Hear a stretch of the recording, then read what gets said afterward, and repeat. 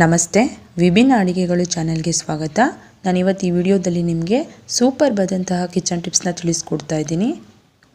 ಸಾಮಾನ್ಯವಾಗಿ ನಾವು ಸಾಂಬಾರ್ ಪಲ್ಯಗಳಿಗೆ ಕಾಯಿನ ಬಳಸ್ತೀವಿ. ಕಾಯಿ ಹಾಕದೆ ಕೆಲವೊಂದು ಸಾಂಬಾರುಗಳನ್ನು ಮಾಡೋಕ್ಕಾಗೋದಿಲ್ಲ.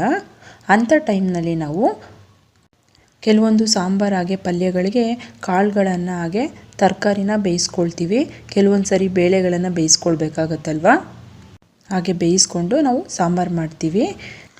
ಅಂಥ ಟೈಮ್ನಲ್ಲಿ ಈಗ ನಾನು ತೋರಿಸ್ಕೊಡುವಂಥ ಟಿಪ್ಸ್ನ ಫಾಲೋ ಮಾಡಿದ್ರೆ ಅಟ್ ಎ ಟೈಮಲ್ಲಿ ನಾವು ತರಕಾರಿನೂ ಹಾಗೆ ಕಾಳುಗಳನ್ನು ಬೇಯಿಸ್ಕೊಂಡಂಗಾಗತ್ತೆ, ಹಾಗೆ ಖಾರಕ್ಕೆ ರೆಡಿ ಮಾಡ್ಕೊಂಡಂಗೂ ಆಗುತ್ತೆ.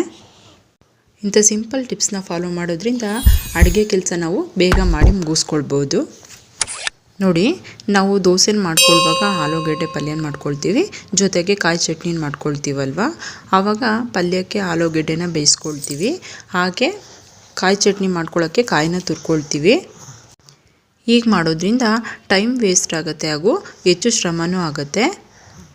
ಅದಕ್ಕಾಗಿ ಇವಾಗ ನಾನು ತೋರಿಸ್ಕೊಡುವಂಥ ಟಿಪ್ಸ್ನ ಫಾಲೋ ಮಾಡೋದ್ರಿಂದ ಅಟ್ ಎ ಟೈಮಲ್ಲಿ ನಾವು ಪಲ್ಯ ಹಾಗೆ ಚಟ್ನಿನ ಎರಡೂ ರೆಡಿ ಮಾಡ್ಕೊಳ್ಬೋದು. ಆಲೂಗಡ್ಡೆನ ಕಟ್ ಮಾಡಿ ಕುಕ್ಕರ್ನಲ್ಲಿ ಬೇಯೋಕ್ಕೆ ಇಡ್ತೀವಲ್ವ, ಅದರಲ್ಲಿ ಒಂದು ಸಣ್ಣ ಪಾತ್ರೆ ಅಥವಾ ಬಟ್ಲೊಳಗಡೆ ಈ ಥರ ಕಾಯಿ ಹೋಳುಗಳನ್ನು ಇಟ್ಕೊಳ್ಬೇಕಾಗತ್ತೆ. ನೋಡಿ, ಈ ಥರ ಕಾಯಿ ಹೋಳನ್ನ ಇಟ್ಕೊಳ್ಬೇಕು. ಸಾಮಾನ್ಯವಾಗಿ ನಾವು 2ರಿಂದ 3 ವಿಷಲ್ ಬರೆಸ್ಕೊಳ್ತೀವಲ್ವ ಆಲೂಗಡ್ಡೆನ ಬೇಯಿಸ್ಕೊಳ್ಳೋಕ್ಕೆ, ಅಷ್ಟು ಮಾಡಿಕೊಂಡ್ರೆ ಸಾಕಾಗತ್ತೆ. ಹೀಗೆ ಮಾಡ್ಕೊಳ್ಳೋದ್ರಿಂದ ಆಲೂಗಡ್ಡೆನೂ ಬೇಯುತ್ತೆ, ಹಾಗೆ ಚಟ್ನಿಗೂ ಕಾಯಿ ರೆಡಿ ಆಗುತ್ತೆ. ನೋಡಿ, ಕುಕ್ಕರ್ ತಣ್ಣಗಾಗಿದೆ. ನಾನು ಪಾತ್ರೆನ ತೊಗೊಳ್ತಾ ಇದ್ದೀನಿ, ಕಾಯಿನ ಇಟ್ಟಿರ್ತೀನಲ್ವ ಆ ಪಾತ್ರೆನ ತೊಗೊಳ್ತಾ ಇದ್ದೀನಿ. ನೋಡಿ, ಕಾಯಿನ ಹೀಗೆ ಸೈಡಿಂದ ಚಾಕು ಇರುತ್ತಲ್ಲ ಅದರಲ್ಲಿ ಎಡ್ಜಸ್ನ ಸ್ವಲ್ಪ ಲೂಸ್ ಮಾಡಿಕೊಂಡ್ರೆ ಆಯಿತು. ಚಿಪ್ನಿಂದ ಕಾಯಿ ಈಸಿಯಾಗಿ ಸಪ್ರೇಟ್ ಆಗುತ್ತೆ. ನೋಡಿ, ಎಷ್ಟು ಈಸಿಯಾಗಿ ಚಿಪ್ನಿಂದ ಕಾಯಿ ಸಪ್ರೇಟ್ ಆಯಿತು ಅಂತ ನೋಡ್ತಿದ್ದೀರಲ್ಲ. ಇದನ್ನು ಸಣ್ಣದಾಗಿ ಪೀಸ್ ಮಾಡಿಕೊಂಡು 2 ಸುತ್ತು ಜಾರ್ನಲ್ಲಿ ರನ್ ಮಾಡಿದ್ರೆ ಆಯಿತು, ತೆಂಗಿನಕಾಯಿ ರೆಡಿ ಆಯಿತು. ನೋಡಿ, ಸೇಮ್ ನಾವು ಕಾಯಿ ತುರಿನ ತುರ್ಕೊಳ್ತೀವಲ್ವ ಅದೇ ಥರ ತುರಿ ಬರುತ್ತೆ.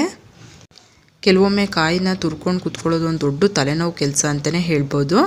ನೋಡಿ, ಹೀಗೆ ಮಾಡಿದ್ರೆ ತುಂಬ ಬೇಗ ಹಾಗೆ ನಾವು ಜಾಸ್ತಿ ಕ್ವಾಂಟಿಟಿಲಿ ನಾವು ಮಾಡ್ಕೊಳ್ಬೋದು. ಇದನ್ನು ಒಂದು ಏರ್ ಕಂಟೈನರಿ ಬಾಕ್ಸ್ನಲ್ಲಿ ಹಾಕಿ ಫ್ರಿಡ್ಜ್ನಲ್ಲಿ ಇಟ್ಕೊಂಡ್ರೆ ನಾವು ನಮಗೆ ಯಾವಾಗ ಬೇಕೋ ಆವಾಗ ನಾವು ಅದನ್ನು ಯೂಸ್ ಮಾಡ್ಕೊಳ್ಬೋದು. ಕೆಲವೊಮ್ಮೆ ಅರ್ಜೆಂಟ್ ಇರುತ್ತಲ್ಲ, ಆವಾಗ ಸಾಂಬಾರು ಪಲ್ಯಗಳಿಗೆ ಮತ್ತು ಚಟ್ನಿ ಮಾಡೋಕ್ಕೆ ನಾವು ಈ ಮೆಥಡನ್ನ ಫಾಲೋ ಮಾಡ್ಕೊಳ್ಬೋದು. ನೋಡಿದ್ರಲ್ಲ, ಈಗ ಮಾಡೋದ್ರಿಂದ ಪದೇ ಪದೇ ಕಾಯಿ ತುರಿಯುವಂಥ ನೆಸೆಸಿಟಿ ಇರೋದಿಲ್ಲ. ಇದರಿಂದ ಟೈಮ್ ಕೂಡ ಸೇವ್ ಆಗುತ್ತೆ, ಹಾಗೆ ಹೆಚ್ಚು ಶ್ರಮ ಪಡಬೇಕಾಗಿಲ್ಲ. ಕೆಲವ್ರಿಗಂತೂ ಕಾಯಿ ತುರಿಯೋಕ್ಕೆ ಕಿರಿಕಿರಿ ಆಗುತ್ತಲ್ವ, ಅಂಥವ್ರಿಗೆ ಈ ಟಿಪ್ಸ್ ತುಂಬಾ ಯೂಸ್ಫುಲ್ ಆಗುತ್ತೆ. ಈ ವಿಡಿಯೋ ನಿಮಗೆ ತುಂಬಾ ಹೆಲ್ಪ್ ಆಯಿತು ಅಂತ ಅಂದ್ಕೊಂಡಿದ್ದೀನಿ.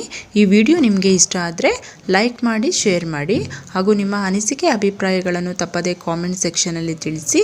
ನೀವಿನ್ನೂ ನಮ್ಮ ಚಾನಲ್ಗೆ ಸಬ್ಸ್ಕ್ರೈಬ್ ಆಗಿಲ್ಲ ಅಂದರೆ ಸಬ್ಸ್ಕ್ರೈಬ್ ಆಗೋದನ್ನ ಮರಿಬೇಡಿ, ಹಾಗೆ ಪಕ್ಕದಲ್ಲಿರುವಂತಹ ಬೆಲ್ ಐಕನನ್ನು ಕ್ಲಿಕ್ ಮಾಡಿ. Thanks for watching. Bye bye.